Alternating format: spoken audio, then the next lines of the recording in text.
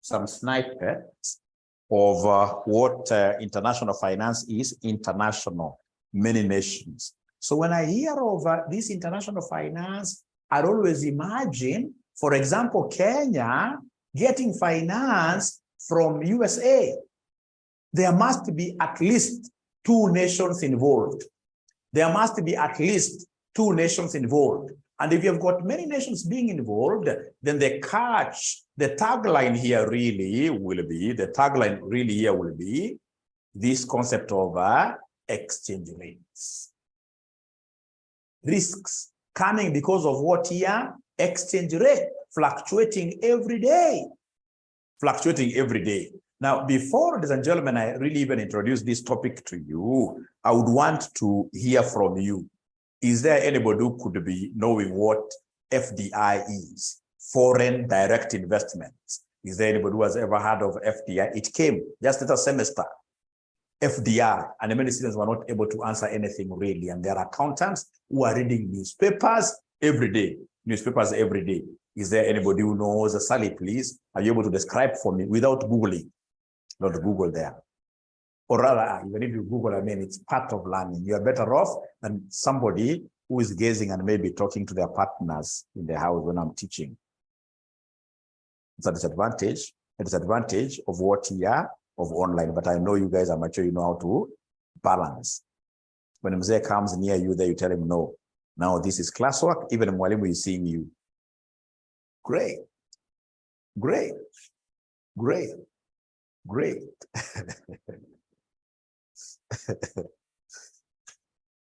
We are ready for Tuesday, okay? We shall overcome. We shall overcome. Great. So FDI, foreign direct investments. Foreign direct investments. Like you will see, if you normally read Business Daily, Safaricom saying that in this particular year, our foreign direct investors grew by 10%. Grew by 10%. I can see Kamutu saying here, FDI, foreign investors come into the country and investment in sectors such as manufacturing. Thank you very much, Langa. A foreign direct investment refers to a purchase of a particular organization's interest by another foreign organizations. Thank you very much. I can see from Benjamin Wosire talking about cross-border investment, cross-border investment. So for example, if we have some investors coming from Uganda to invest in a Kenyan company, will that be called a foreign direct investment? Will that be called a foreign direct investment? From Uganda here, somebody come. It doesn't have to be by their own organization. It is either organizations or individuals, basically investors coming from a foreign country to come and invest locally here. That fund, that investment will be called FDI. And it is an objective of any right-thinking government to always encourage foreign direct investments. Look at, for example, what is happening in countries like Dubai. Dubai, they will do anything to ensure that their FDI is growing every year by at least 20%. So they will even have like tax holidays, that if you come and invest here, and then we have dividends, if you're charging dividends, for example, withholding tax on the locals, say 15%, any foreign investor will get his dividend 100%, will not tax you at all. And go and tell all investors outside there that when they come and invest in Kenya here, any earnings, any dividend that comes as a result of their foreign investments here shall not be taxed. Or if they are taxed, for example, as you are taxing the locals 15%, the foreigners, we shall only withhold just 5% like that. FDI is an ownership stake in a foreign company or what here, or a project. I like what I'm seeing, ladies and gentlemen. Many companies, like not companies, but countries. Let me ask you another question before I continue with my discussion. Have you guys ever heard of tax havens? Tax havens like this. Is there anybody who has ever heard of tax havens? Tax havens? if you've ever heard of them, like Heaven, right? Basically, these are those countries, ladies and gentlemen, in this case, that would want to encourage investors to go and invest with them, right? They have almost zero corporation taxes, right? And they always operate in a lot of secrecy, right? Which is quite bad to the international community because they encourage what we call money laundering. Money laundering. To launder money is to wash money, to make it clean, right? So is there somebody who knows any, like Mauritius are like that? Panama, Cayman Islands, yes. And you see, in these tax havens, if you happen to be a Kenyan, for example, who doesn't have an account in any of these tax havens, or you've not opened a company in one of these tax havens, then you're not doing well in life. Right? There must be a problem somewhere. There must be must you go to these tax havens here to open an account with them? No, no. Serious companies. Look at, for example, Barclays Bank of Kenya. ABSA. These guys here, they have like a management office in Panama. PwCs, all these big institutions that you see around here, they have management offices in the tax havens, basically for purposes of shifting profits. They shift their profits here to tax havens, such that through transfer pricing, you shall be seeing transfer pricing in this topic here. Through transfer pricing, if, for example, we have a RCM online college here, this is Kenya. I would want to have, in this case here, another department. It could be a branch. It could be a branch of RCM, for example, in Cayman Islands. And they say that this Cayman Islands branch is basically the one managing this one. So that at the end of the year, these guys will be sending in an invoice to the local branch. They'll send in an invoice to the local branch, and for example, say that for the service that we offered in the year, we are charging you guys how much? 20 million Kenya shillings. So you see, it's an invoice. So we shall be able to do what here? To pay, to honor the invoice. When you honor the invoice, what happens to our Kenyan branch here? The profit, because it's an expense to us, goes down. So when the profit goes down, it means we pay less in terms of taxes. When this money comes here, the owners now will go to these particular islands here, especially on Tuesday, like now during Valentine's. They can go there now, enjoy their money as much as they wish, because all this money here, in most cases, will not be taxed. So now the question will arise out of you serious students who are thinking of international finance. How do these countries here benefit? These countries like the tax havens. Bermuda, yes, is a tax haven, yes. How do those countries in this case here benefit? They basically attract international investors to come and set up what here? Companies, to come and set up businesses. And once businesses have been set in those countries, then automatically rate of unemployment will do what you will reduce. Right? Now we have most of those companies being able to absorb the local people, and they're very strict. They rarely give even permits, work permits here to internationals, right? They would want now to, in terms of employment, it is their people. You as an investor, you can come in, but they limit you. Like now they have discovered like China will take investments there, but they would want to bring all prisoners from China to go and work in, for example, Cuba. They don't want that. So they'll tell you, you come, you'll enjoy a lot of tax holidays, you not pay tax, but don't come with your people, because you have people here to be employed like that. Now, then those countries, apart from now this employment, now there is also another catch one. These tax havens, in terms of, for example, their pay is normally very high. You guys say that we are overtaxed in Kenya here. No, just go outside there, you realize. You will see people paying pay up to 50% of their gross salary. 50% goes like that. So then at the end of the day, the happiness index in the country does what? Increases. So whenever we talk about, ladies and gentlemen, international finance, always reason like that, there'll be movement of money. There'll be movements of what you trade. And that is why they want us in the course outline to discuss the World Trade Organization. World Trade Organization. Because of these financing systems in between, also in your syllabus, movement of money between nations, they would want us to discuss something to do with World Bank. We have International Monetary Finance, IMF. Now, ladies and gentlemen, in this international finance, you will see them really wanting us to discuss something to do with arbitrage. Arbitrage. So we have arbitrage. I told you the other day, I don't know whether it was this group, but I told some group.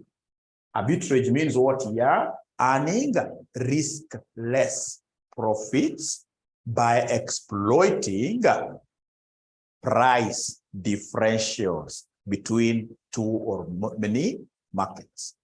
If, for example, today I can go to Meru and buy 1 kilogram of Mera, I'm told these things are very expensive, but I doubt whether they are sweet. I don't know. I don't want to try them. They're bad. So 1 kilogram of Mera, for example, I don't know, maybe at 20,000, it can't be 20,000. But if I know that I can buy from a market in Meru a kg of Mera at 20,000, and then I run very fast, maybe within an hour, to another town, and sell, in this case here, this 1 kg of Mera at how much here? At, for example, 40,000, then I would have earned what we call an arbitrage profit. There is no risk. And at times, in these cases, and gentlemen, even these 20,000, you don't pay it up front. You simply tell jamaa wako, nipatie Mera nikimbie nayo, nitakuletea pesa baadaye. So you are taking advantage of a difference in prices between two different markets to be able to earn a profit, a risk-free profit like that. So this is the most enjoyable topic, ladies and gentlemen.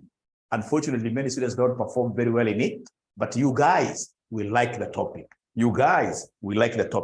Great. So the topic, ladies and gentlemen, here is called International Finance, and I would want to share this handout. When you guys don't get handouts, talk to David, don't talk to me. David, we should give you all handouts from today. David, we should give you all the handouts from today. Great.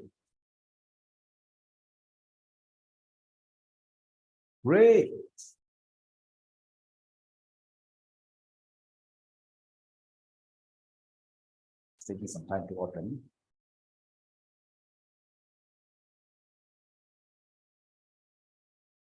Yep, it's coming up.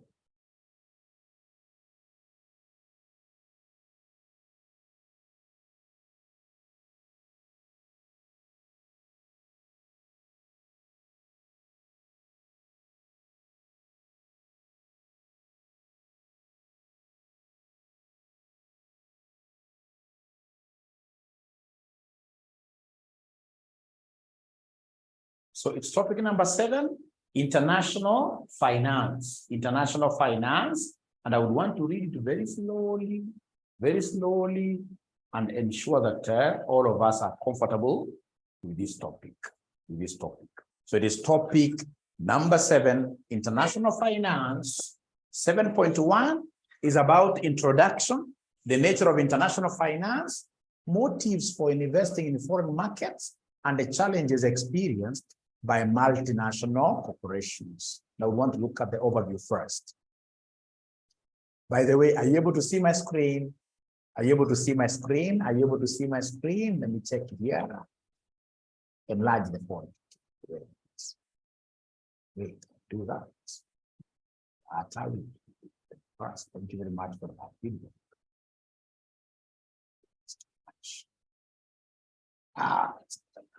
How is this? I don't believe this is much better. Because that kind of feedback is very good, because basically you are speaking on behalf of our future generations that will be watching these videos, especially when I become too old. Great. Better. Thank you very much. Great. Now, international finance refers to the financial activities that take place across national borders, including the movement of funds between countries, the management of international investments, and the provision of financial services to clients globally. It involves the management of money, banking, and financial instruments, and then encompasses issues such as exchange rates, foreign investment, and the balance of payments. Ladies and gentlemen, please talk to me, look at me straight in my eyes and tell me, is there somebody who knows what balance of payments is? Balance of payments. Is there anybody who knows what balance of payments is? Balance of payments. Balance, BOP, balance of payments. Thank you very much. It's exports. Exports minus imports. Exports minus imports. It is exports minus imports. Thank you very much.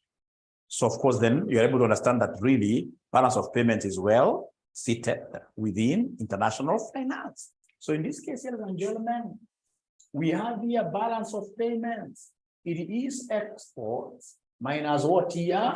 Minus imports. Minus imports.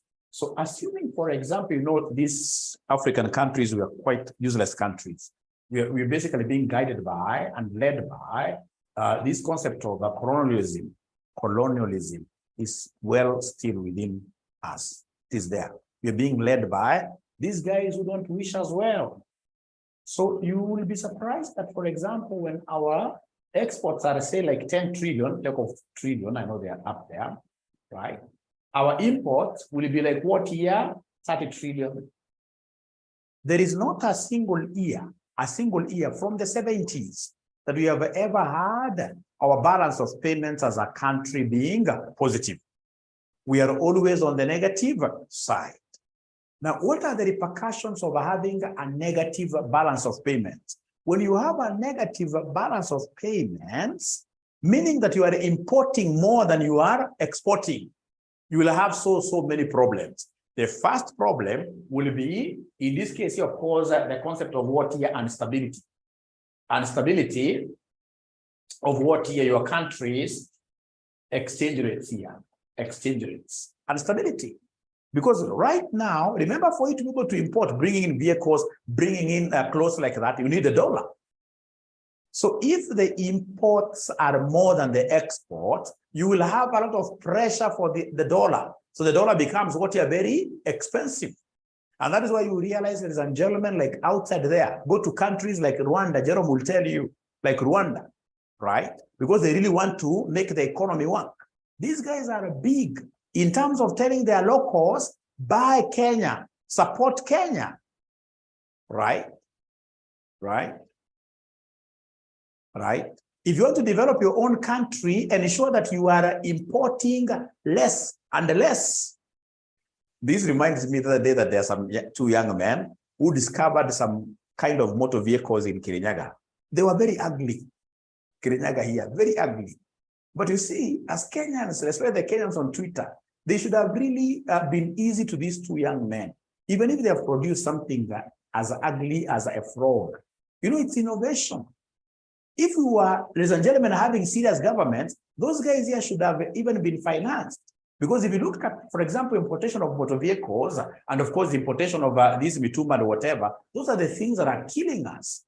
If you could have our homegrown solution, then automatically our imports will do what here? Go down, homegrown solution in terms of what here? Making our own cars. I even wonder where the Nyayo car, you know, Nyayo was a bright man. You know, Nyayo started with Nyayo car. But again, they made him, I think, something that made him to be very angry. And they stopped the entire project. But how I wish he continued. Nevertheless, it's not lost. Even right now, we should start putting quite serious taxes for these importers and tell these importers that if you want us to buy your vehicles, come and assemble your vehicles here in Kenya. When you assemble your vehicles here in Kenya, then there is a big tax holiday, right? Don't pay taxes for a number of years, right? When they bring this, and gentlemen, please listen, and I would want you to listen because I know most of you are leaders. Here, I know I'm teaching leaders. Yeah, most of you are in this government, I know, you can advise. If there is anything nice that we can do today, is to ensure that our foreign direct investment, ladies and gentlemen, does what in Crete? We bring business here. We bring the dollars here. And how do we do this? To ensure that we are doing what here? Exporting more. And that is why when you hear of a government now introducing what we call export services, it's because they're not looking at the bigger picture. Export services VAT, why? that somebody has worked very hard to, ladies and gentlemen, export some service outside there. You are making these services expensive outside there. We need to be cheaper so that we can get most of the businesses coming to Kenya. Right now, we are losing business to, for example, India. Like this business call centers, right? So we want to make these international people to feel that this is a place, because whether you like it or not, if there is anything that is destroying Kenyans, if there is anything that is destroying Kenyans, it is this thing called unemployment. I normally talk to so many people. People don't have jobs outside here. Trust you me. Trust you me. Unemployment is a killer. And that is why you will get, for example, somebody who has got a master's in electric engineering. This person, in this case, of course, has stomached for the last 6 years, right? So the humanity in him, at times, you get like it has already left him. So what he will do, he'll go and do a few things here and there in a transformer, and he's able to siphon that mercury, the coolant in a transformer is called mercury. So he's able to get that mercury, and then they put it in some good bottle, a Fanta bottle. They take this bottle here to where? To a hotel. A restaurant, can't be a hotel doing that, restaurant.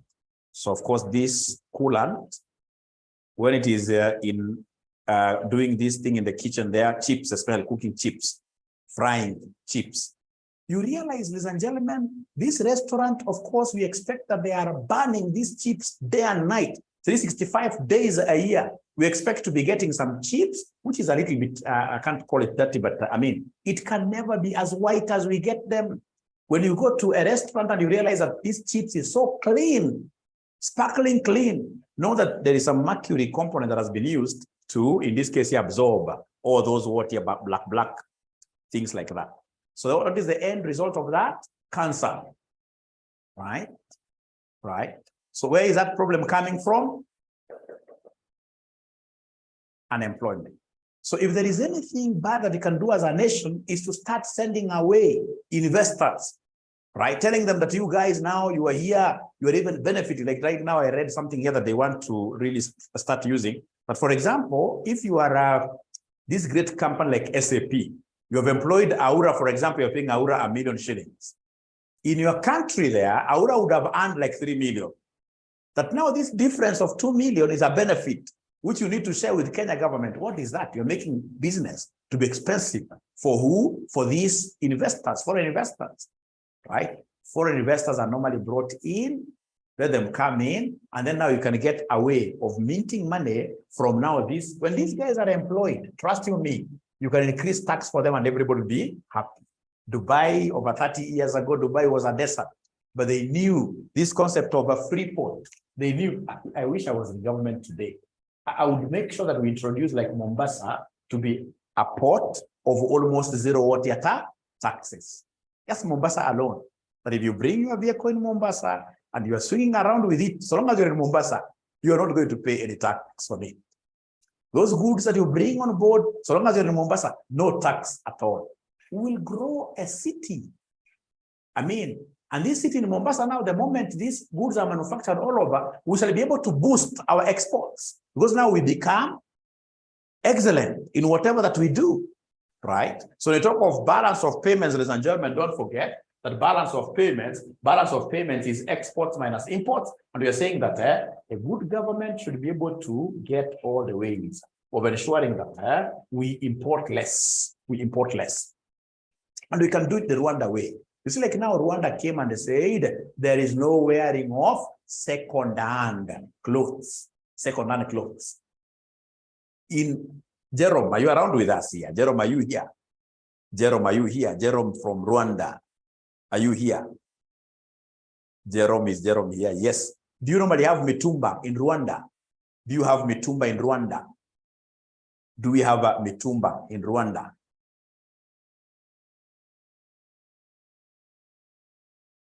Do we have mitumba in Rwanda? Jerome, I'm waiting.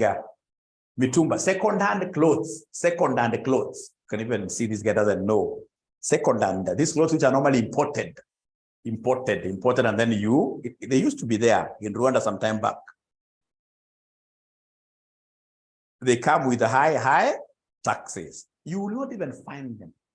But now you see in Kenya here, these guys even import second-hand mitumba clothes. Even the inner clothes, you can imagine. You can imagine. You can imagine. So what is the effect of that? We are killing all our textiles. For example, now the Mountex in Nanyuki is sleeping. Right? And after Mountex went to sleeping, the giant called Nanyuki, right now in terms of unemployment, when we start importing too much, like sugar, what is happening to Mumias? You know, people are not facing these things head on. Mumias is not even being killed by poor leadership, poor management in at Mumias. These companies are being killed by what here? By imported sugar, imported products, right? We shall be able to talk more about this. How I wish I could get even a chance of writing a very good concept paper for this government for free, and I'm hoping that it shall be adopted. People should not fear that if you lose taxes in the short term, you will be able to go down as a country. No. There are big ways. There are countries that have been able to get out of ashes simply because of what here. You know, the major thing should be what? The major thing should be, let's employ these. Let me tell you, in the next 5 years, let me tell you, please listen to me. In the next 5 years, I can see a very, I'm seeing a big revolution coming. And this revolution itakuwa makabila mbili. Itakuwa ya matajiri na maskini. Like I remember there is a place I went to, I'll not mention. Jamaa rafiki yangu wa kitambo, nilifunza yeye kitambo zaidi. Niambia mwalimu siku hizo umemea tumbo. Nyinyi ndio mnakula mali ya serikali. Na ukiona the guy is so seriously looking at me. Right? So it shall become in this, we will reach a level where we shall start eating each other. We must address this thing of what here? Employment. We must address it, not today, yesterday. It is that urgent. It is that urgent. It is that urgent. It is that urgent. It is that urgent. It is that urgent. Great. So balance of payments, we'll be looking at balance of payments. Yeah, you can see like now Gloria is bringing up something very nice, like this cost of electricity. We need to find a way. How do we drive these factors of production down? That's why we are putting leaders in government. This is not the time to increase electricity, especially for industries. It's not the time to increase water for industries. You can even increase, you know, you can do, ladies and gentlemen, some kind of discrimination. You can do even for these homesteads, you say you want to discourage because of environment, etc., electricity, people should buy solars, right? But for the industries, ensure that the cost of production is what you're down so they can take care of what here our children in the near future. Otherwise, this country, these cities will reach a time where utakuwa unaonekana msichana umevaa high heeled shoes, unaambiwa unaiba pesa serikali, sasa angalia mwizi huyu. Unachapwa. Kama saizi ukienda gari yako hivi, uguze mtu wa pikipiki kidogo bahati mbaya. That's when you will know that people are angry outside here. Right? There is a problem. Thank you so much. Great.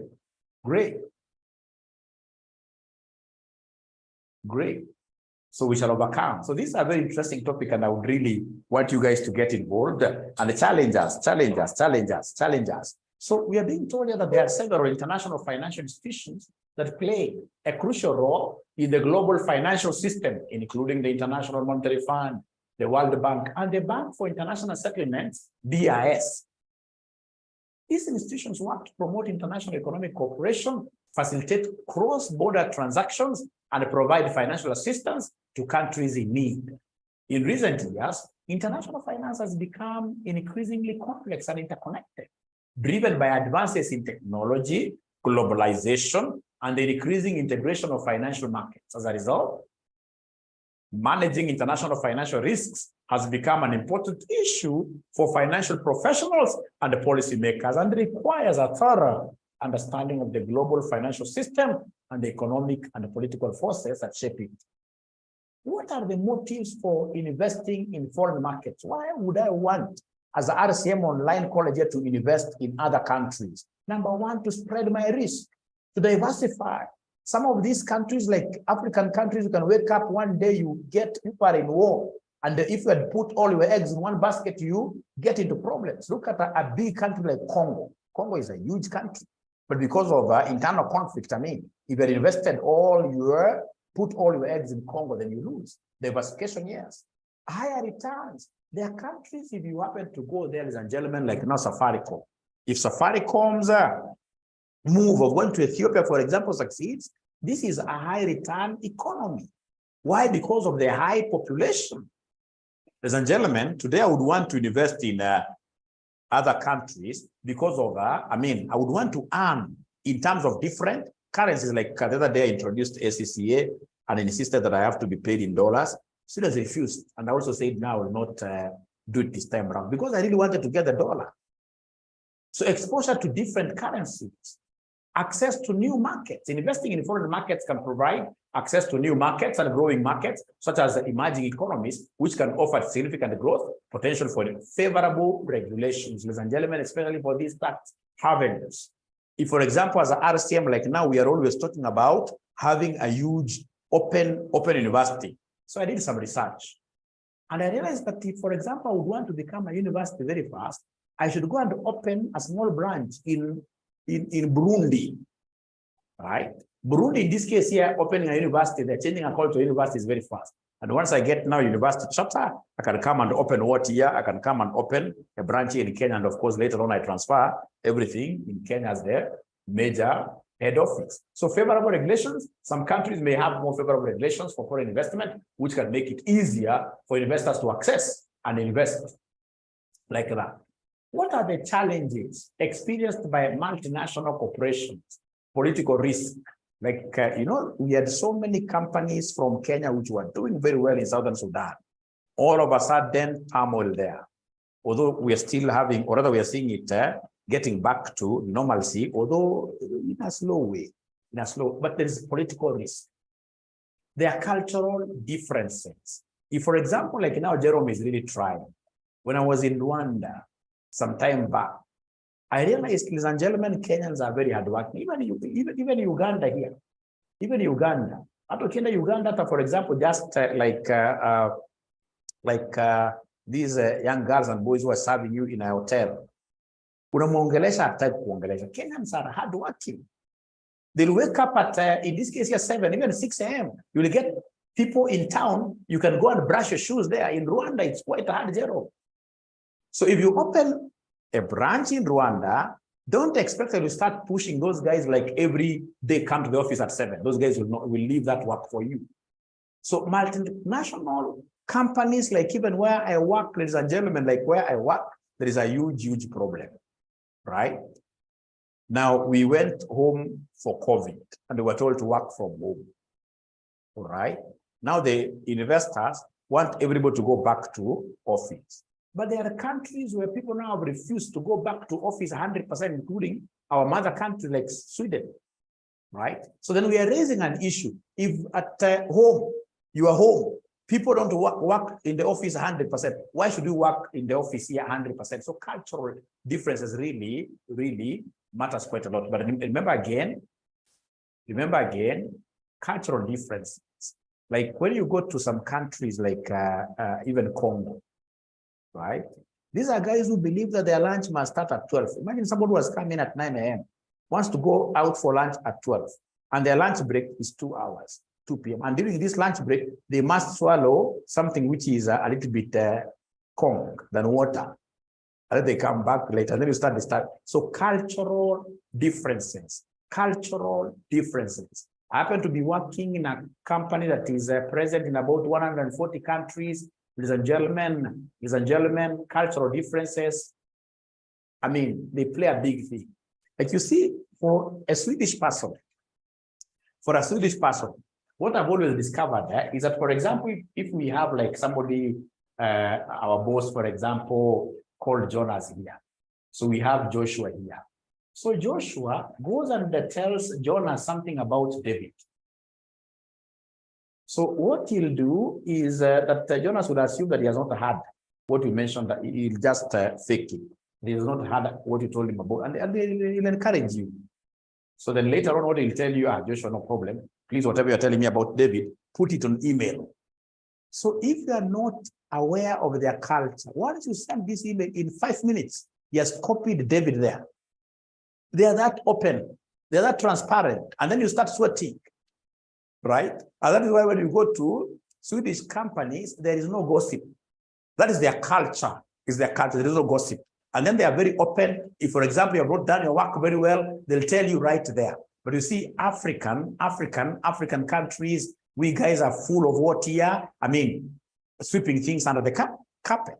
And that's why we don't make very good managers at the end of the day. So cultural differences,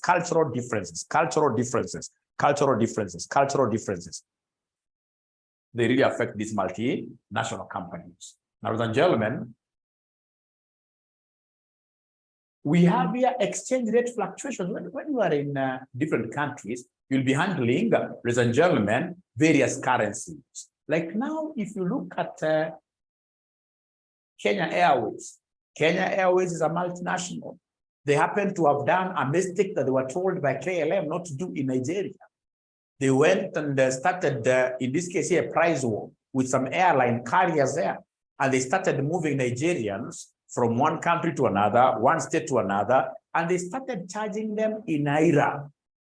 So they accumulated Naira. But now Nigeria came up with a policy of saying you cannot move with our Nairas outside. If you want to move outside, you do what you surrender our Nairas, buy dollars. But what do you know about Nigeria with dollars? There are no dollars in Nigeria. Just like in Kenya here, dollars are now going away. We don't have dollars, right? We don't have dollars, right? There is a problem because of what is this concept of foreign direct investment, the foreign direct investment. I can see so many. Please, we are not talking about politics here. Don't get me wrong. I'm not talking about politics. Bottom up was a scam. No, I'm not talking about politics at all. Let's not go there. If this bottom up thing is implemented very well, it's only that you'll still get these top people again having interests. But if bottom up, the way we understood it, if it was implemented very well, then people would have done what here would have benefited. Because you see, bottom up is about what? The top people. You guys pay your taxes. And then once we pay our taxes very well, then these mainstream things like hospitals are working, etc. But now the problem is the people who are telling you to pay taxes are the people who had cases from KRA now. Cases zao zimeangushwa. So the concept itself is good, but let us not talk about politics. This is our country. We must love our country. And most importantly, I'm not giving you these things so you can have this political, no. I know you guys already could be managers in this country, or you may end up being governors. You may end up being, in this case, the governor of Central Bank of Kenya. I would want you to get this thing practically. No politics at all. No politics at all. No politics at all. No politics at all. I don't want us to start throwing stones at each other. No, we are brothers and sisters, all of us under one. No, we have two presidents, so there's no problem. There's no problem. You should not fight at all. You're not fighting at all. Don't fight at all. Don't fight at all. Great. So exchange rate fluctuations. We have competition. Like now, Safaricom has just landed in Ethiopia. As much as you're wishing for the best, there could be a problem because of rivalry. And you see, Ethiopians love their own, right? And again, you may get, for example, a president who comes and tells them, you guys buy Ethiopia. Don't travel with this thing. Don't use, for example, Safaricom telecommunications. So competition is there. For multinationals, competition is there. Logistics and transportation. MNCs, multinational companies must also manage the logistics and transportation of goods and services between countries, which can be difficult and expensive, particularly if they operate in countries with poorly developed transportation. Ladies and gentlemen, we have the international financial systems. Players in the international financial system, such as the International Monetary Fund, World Trade Organization, European Union, and the World Bank. And I would straight away go for the international financial system is made up of a number of key players, including IMF. IMF is an international organization that works to promote international monetary cooperation and facilitate the balanced growth of international trade. It provides financial assistance to countries facing economic difficulties and works to promote economic stability and sustainable economic growth. Ladies and gentlemen, remember, the main aim of International Monetary Fund is stabilization of exchange rates. Like right now, they are saying, really, you guys in Kenya, you must do quite a lot to ensure that you are able to increase your dollar reserves, right? Then we have the World Trade Organization, WTO. The World Trade Organization is an international organization that regulates and promotes international trade. They would want you to export and export and export. It provides a framework for negotiating and enforcing international trade agreements and works to ensure that trade flows smoothly and predictably. Then we have the European Union. The EU is a political and economic union of 27 European countries that aims to promote economic integration and cooperation among its member states. The EU operates a single market, which allows goods, capital, services, and people to move freely within the bloc. World Bank is a group of 5 international organizations that provides loans and assistance to developing countries for purposes of promoting economic growth and reducing poverty. The World Bank also provides advice and technical assistance to support the development of infrastructure and human capital in developing countries. Ladies and gentlemen, I would want us to look at each one of these at a time, and I would want us to start with the World Bank and the international finance.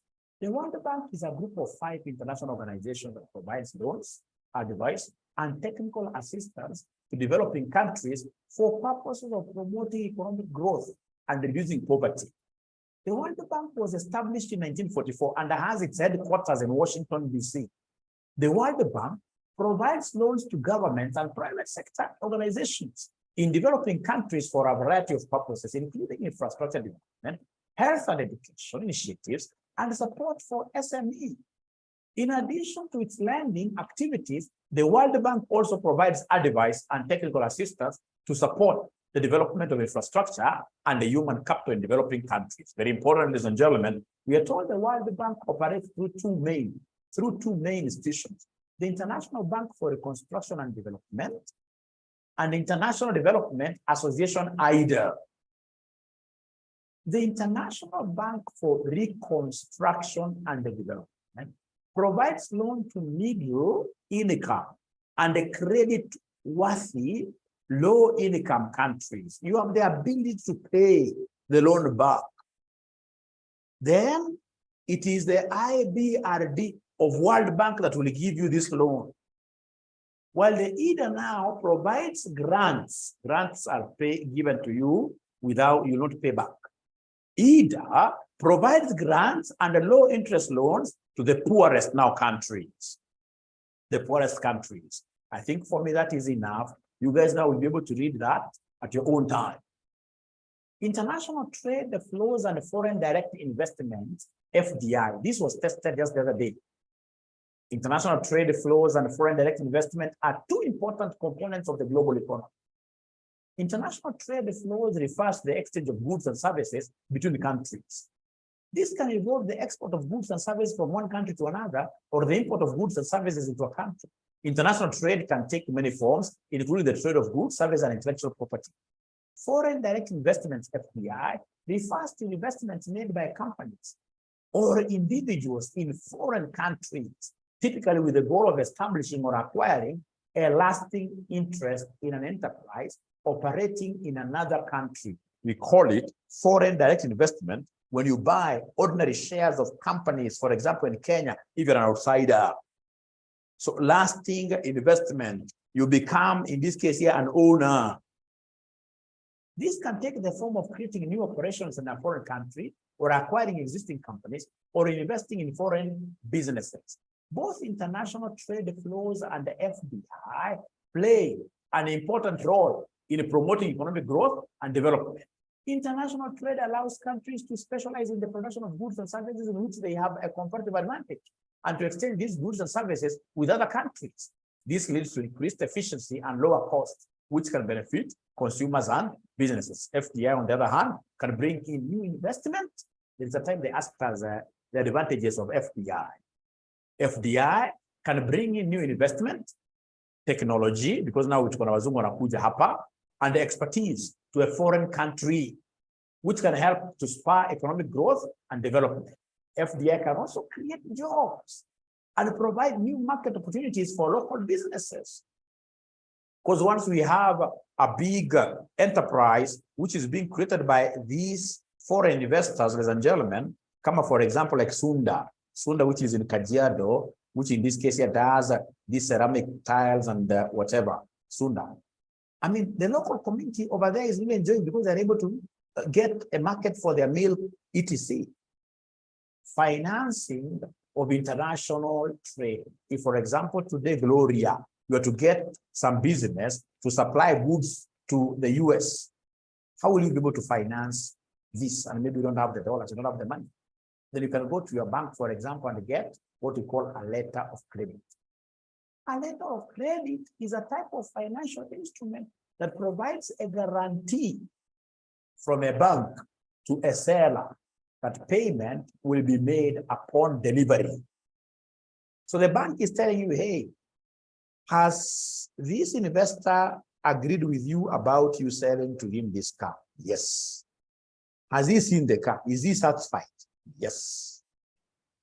So then we are doing this guarantee that the moment you sell this vehicle and have it in Kenya received by this particular buyer, we shall be able to release money for, he has the money. It's called letter of credit. Very important. This type of financing is commonly used in international trade to reduce the risk of non-payment. You know, bank cannot disown once they have made that guarantee automatically. Then we have export credit like the Exim Bank, export imports over China.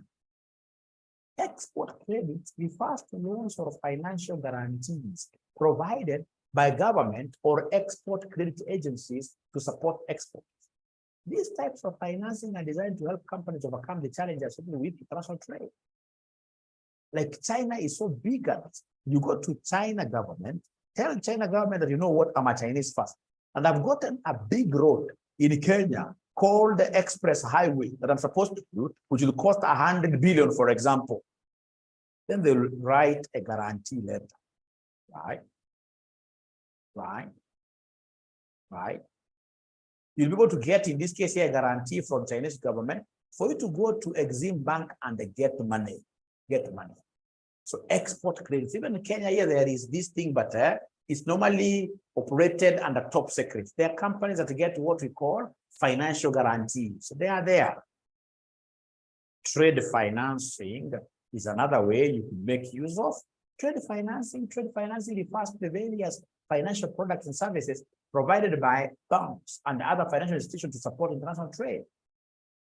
This can include loans, guarantees, and other types of credit facilities designed to help companies finance their, ladies and gentlemen, trade financing. This is your normal loan. Where you go to a bank, tell a bank, for example, I've got this LPU, and they give you money.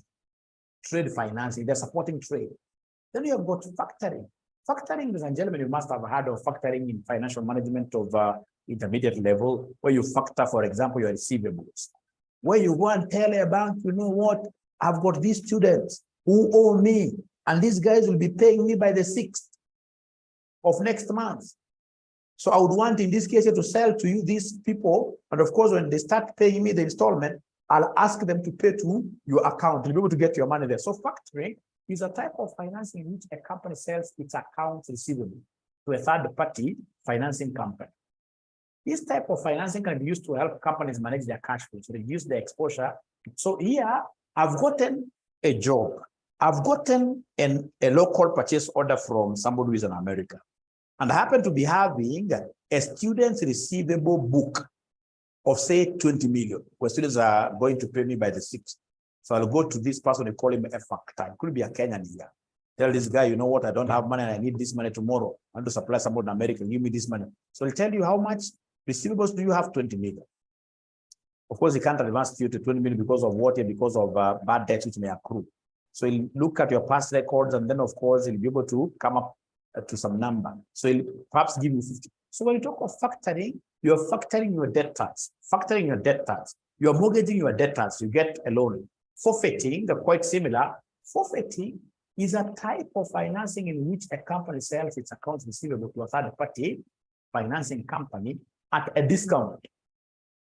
So you forfeit something. This type of financing is often used to finance exports, and it can help companies to manage their exposure to payment. So it's kept forfeiting, exact explanation with this factoring, but here you're going to forfeit some discount. You can say 20% is yours. Open account, just like Salam. Open account is a type of financing in which payment is made after goods have been delivered and accepted by the buyer. This type of financing is often used for established trade relationships. Otherwise, utapeleka vitu zako, for example, Somalia ama wherever, usikie buyer amepotea. It must be for established trade relationships. Great, great. Now, we have various questions here that I would want us to look at. For example, August 2022, question number 5. Question number 5, November 2019, question number 3. Question number 3, we have here, there are only 2. There must be many. Must be many from the relationship. Add later, right? Okay, thank you very much. So November 2019, question 3. No, August 2022, question number 5B. Discuss 4 advantages of foreign direct investment, FDI.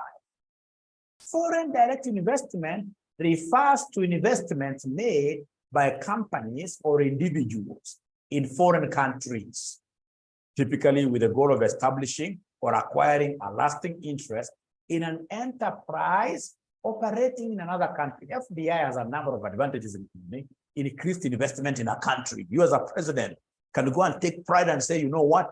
Last year, the foreign direct investments were 10 trillion. Now they've gone up to 20 trillion in my first year of governance. FDI can bring in new investment, capital, and technology to a foreign country, which can help to spur economic growth and development. This increased investment can lead to creation of new businesses and jobs, as well as improve infrastructure and transfer of technology and management skills. FDI can also bring new technology and management skills to a foreign country.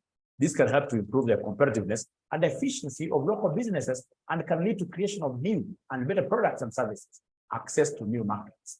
FDI can also provide companies with access to new markets and customers, both in the foreign country and around the world.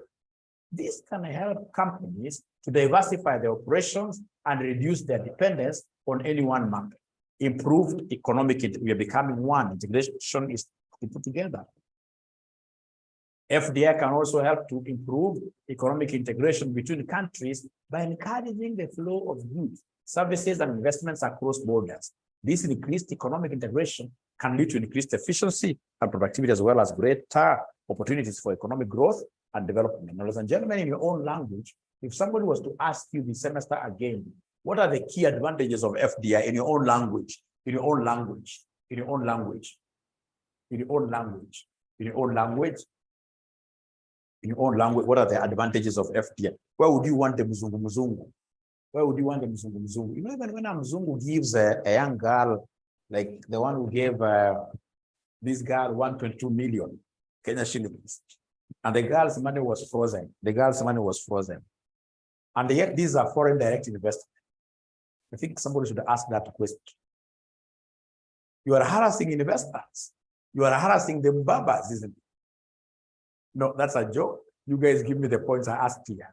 Give me the points I asked here. Give me the points I asked here. Great. Access to new technology.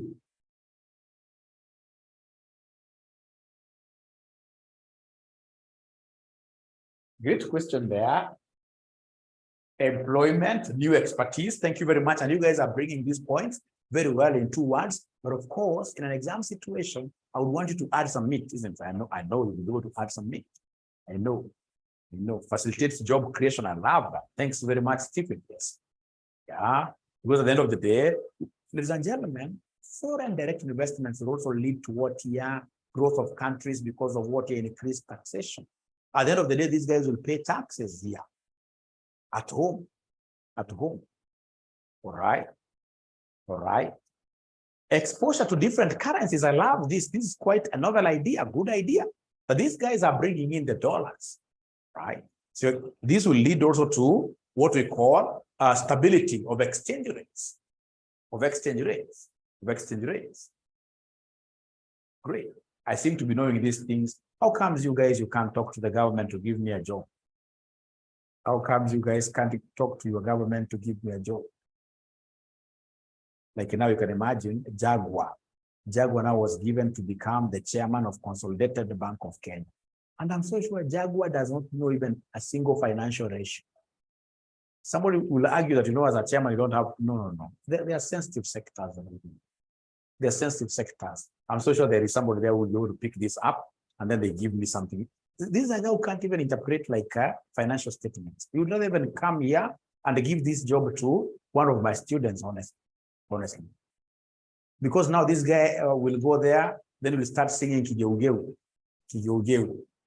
kwa board, sort of board disharmony, international disaster, but we shall overcome, we shall overcome, we shall overcome, we shall overcome.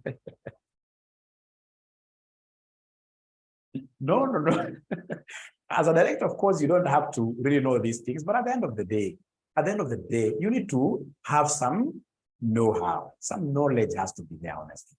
A musician leading a board of a bank, not unless you're telling me it's because of some money laundering issues or something. Actually, right now, Consolidated Bank is a bank to do what here? To start watching with question marks, because that is quite not proper. That's not proper. Chairman, especially chairman. Chairman. These are positions which should be given to people like Martin Oduor. Blah, blah, blah. But we shall overcome. As we said, no politics. No politics. We shall overcome. We shall overcome. We shall overcome. We shall overcome. We shall overcome. Great. Thank you very much. Thank you very much. Now we come back here. They wanted us to summarize 5 functions of the International Monetary Fund. International Monetary Fund, the IMF, there are things I will never ever forget. Lending, technical assistance and the training, research and analysis, facilitation of international monetary cooperation, right? We have surveillance, like right now, they're really harassing their Kenyans. Surveillance. The IMF monitors the economic and the financial policies of its members countries, both individually and collectively, to ensure the stability of the international monetary system. Because they also have a role in terms of stabilizing exchange rates. Lending, IMF provides loans to its member countries facing balance of payment difficulties to help them overcome temporary economic difficulties. Technical assistance and training. The IMF provides technical assistance and training to its member countries to help them improve the economic and financial policies and institutions. Research and analysis. IMF conducts a lot of research. Like right now, I don't know, for whatever reason, I think these guys, they really want to call, I don't know whether it's conmanship or something. You can imagine they are telling Kenya that we are overvaluing the shilling. We are overvaluing the shilling. That they would want the shilling, in this case, the dollar, to be about 150. So I don't know what will happen once we start. I mean, we are a net importer. If you have a net importer country devaluing their currency like this is a killer. Everything, this will spur inflation. And that is why I like some student who has asked up there, is it true that it is World Bank and the IMF that is pushing our great country here through, of course, our president here to increase tax? Of course, yes. Yes. But you see, even those things have not worked in their countries. Their countries are in problems, like the UK. I mean, right now, UK. I read the other day that even lecturers in the UK went on strike because of what their low wages, right?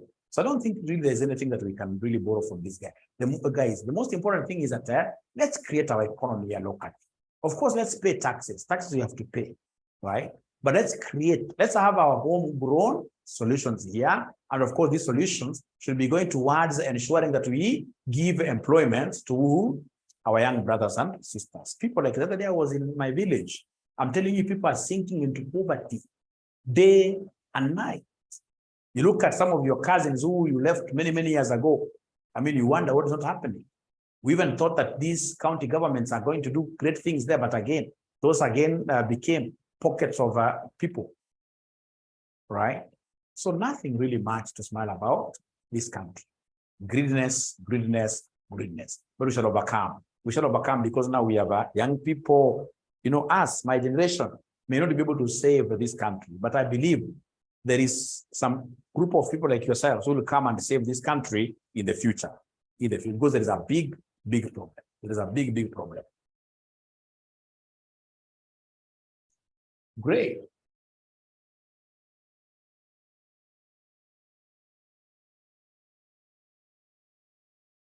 So Gloria is saying here that Jaguar was a legislator.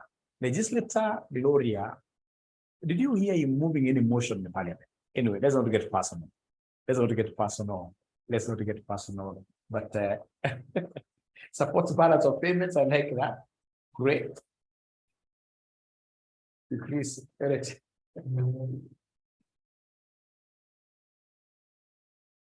Yes, already I've answered that. These guys are really the ones who are pushing us, pushing even these GMOs to us. We don't know why they would want to kill these poor Africans who don't even have cancer hospitals, etc. But we shall overcome. We're not yet there. Perhaps you can take that, like now, maize coming to Kenya, like now, maize coming to, you can take that as part of what here, international flow of goods, which is quite a big thing, great thing, according to WTO. According to WTO. Great. You guys are really following this, which is very good. There is not a single semester I've had my students following the theories. Like this semester, students are doing very well. They're following the theories. They're following the theories, and without knowing a lot of theory, then automatically you will get into what here, into problems. Great. So, and that is it, ladies and gentlemen.